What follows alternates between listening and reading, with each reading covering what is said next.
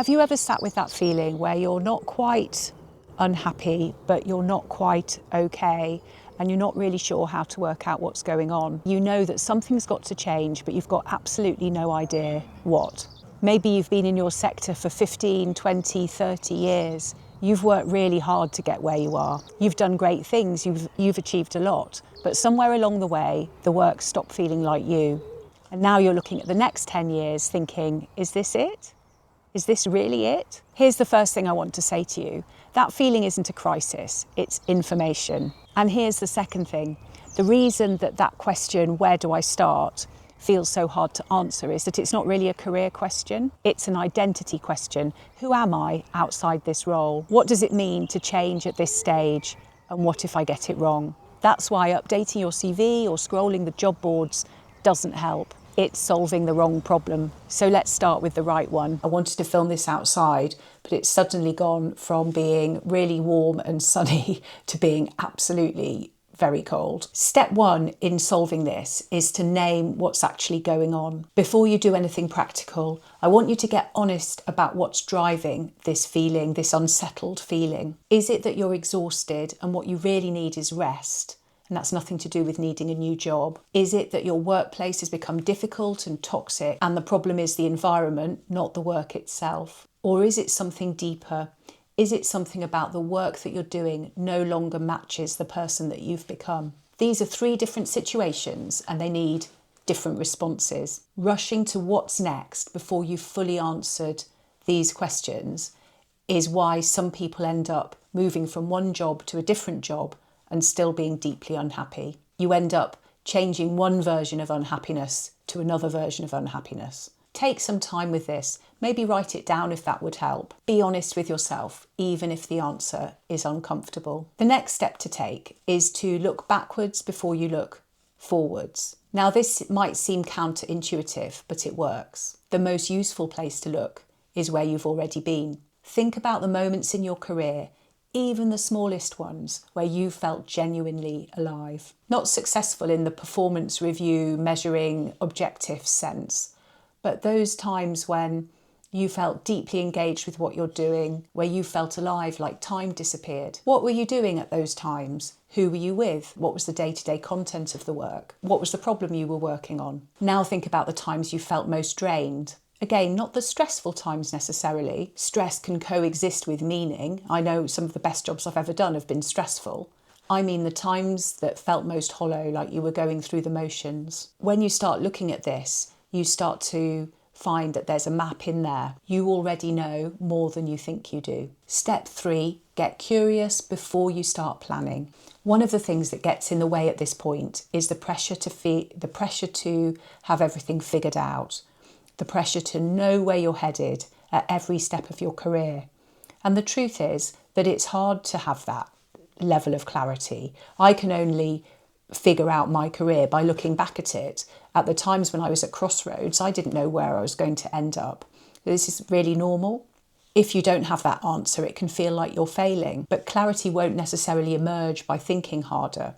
It will come to you gradually and usually through doing different things, having different experiences. So rather than sitting with a blank sheet of paper trying to figure everything out, I'd encourage you to get curious. And by that I mean having different experiences, talking to different people, finding out what they do in their jobs, finding out what else is out there, and really exploring. One person commenting on my videos the other day is going to take some time out and she's going to go travelling. And I think that's the best thing you can do if you're if you're able to, if you've got the money and you've got some time and the freedom to go and explore. Exploring is the absolute best thing to start to figure out what you want to do next.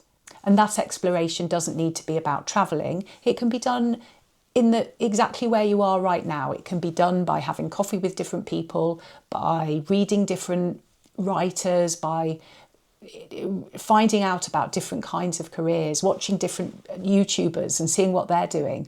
You can do the exploration right where you are now. Maybe go to the library, maybe go to a different kind of event, look on Eventbrite, see what's going on near you. Maybe take a short course in something that interests you. You can do courses online, you can do courses at your local training college. Volunteer for a few hours somewhere new. None of this is wasting time, and none of this is a detour or is procrastination. All of this would be data, information that can help you figure out where next. Each experience would teach you more about what you do want, and equally importantly, more about what you don't want. I had a time in my own career which might be similar to exactly where you are now. I was a fundraising director at a UK-wide charity. I had responsibility for a team of around 200 people across the fundraising and retail arms of that charity, and maybe around 500 volunteers across all of those teams. I'd been there 7 years and I genuinely loved the work,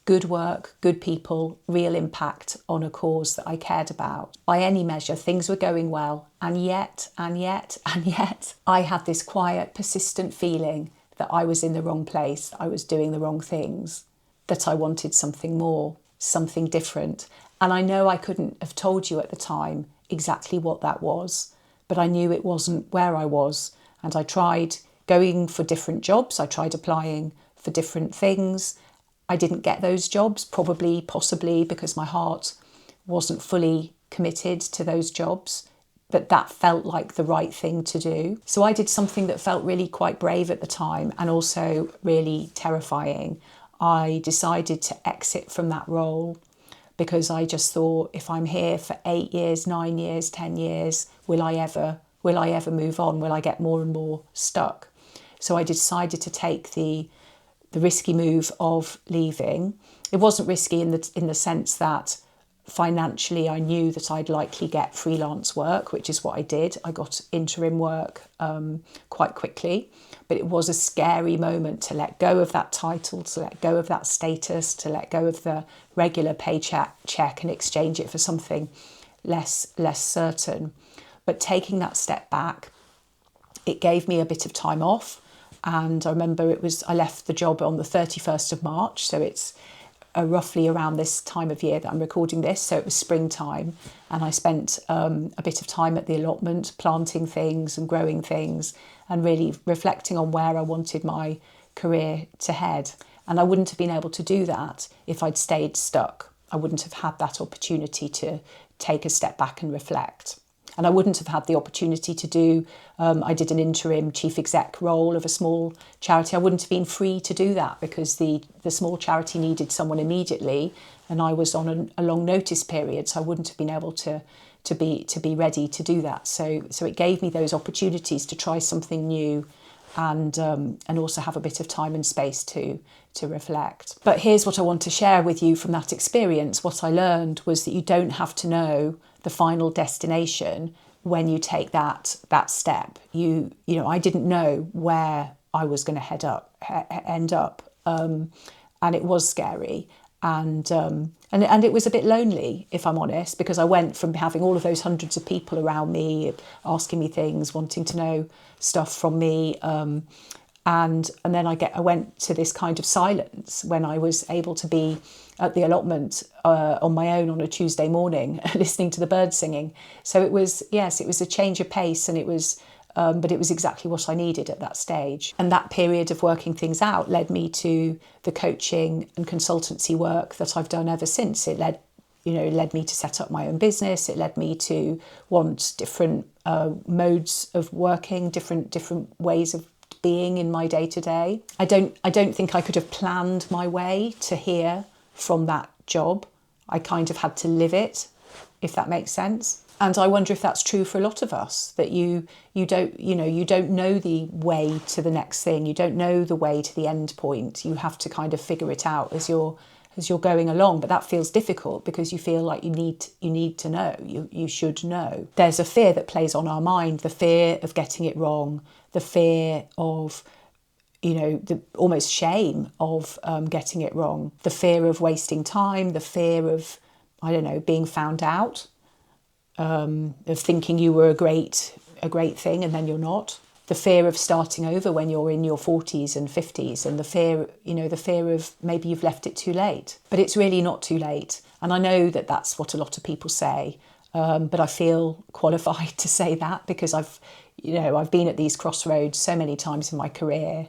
I'll be 58 at my next birthday, which is next month, but it's really not too late. I've seen it again and again throughout my own career, but also with people that I've coached and people that I've supported when they've been at crossroads. The next chapter is often better than the last chapter, not because it's easier, but because we know more about ourselves and we're able to make more informed choices about how we spend our time. So if you're feeling that fear, don't be afraid of the fear. Embrace it, because it might be that fear is accompanying you making a big change, and the more change you're making, the more fear you might have accompanying that. So don't let it hold you back. If you're at that I don't know where to start place right now, here's what I'd suggest. I don't suggest that you look at your CV. I don't suggest you look at a job board. I certainly don't suggest you kill your confidence by looking at LinkedIn. I suggest you start by asking yourself one honest question. What is this feeling actually trying to tell me? And sit with that, and then maybe come back to this channel, because that's what this channel is all about. And maybe there's another video that will help you along the way a bit more. If this resonated for you, please don't forget to subscribe, by the way. Oh, and I don't think I've even introduced myself. I'm Lucy. And if it's your first time here and you haven't watched one of my videos before, then I'm really glad you're here. I make a new video every week about being happy, effective and fulfilled at work. And that's what we're working on together here in this channel. If you're at the point where you want some more support, I work with people who are navigating exactly this, and you can find the link below. Thank you so much for watching, and see you next week.